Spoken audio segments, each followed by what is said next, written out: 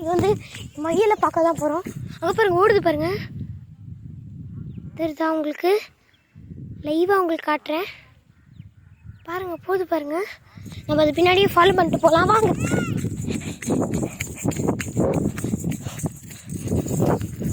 அதை பின்னாடியே ஃபாலோ பண்ணிட்டு போகிறோம், பார்ப்போம். இந்த மயில்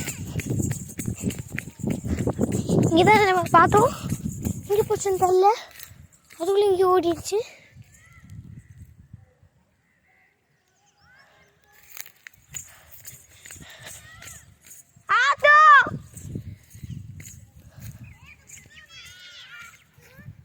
கடே மயில் எங்கே கீழே இருக்கும், பார்ப்போம் எங்கேயாச்சும் இருக்கான்னு. நாங்கள் வரத்துக்குள்ளே ஓடிடுச்சு.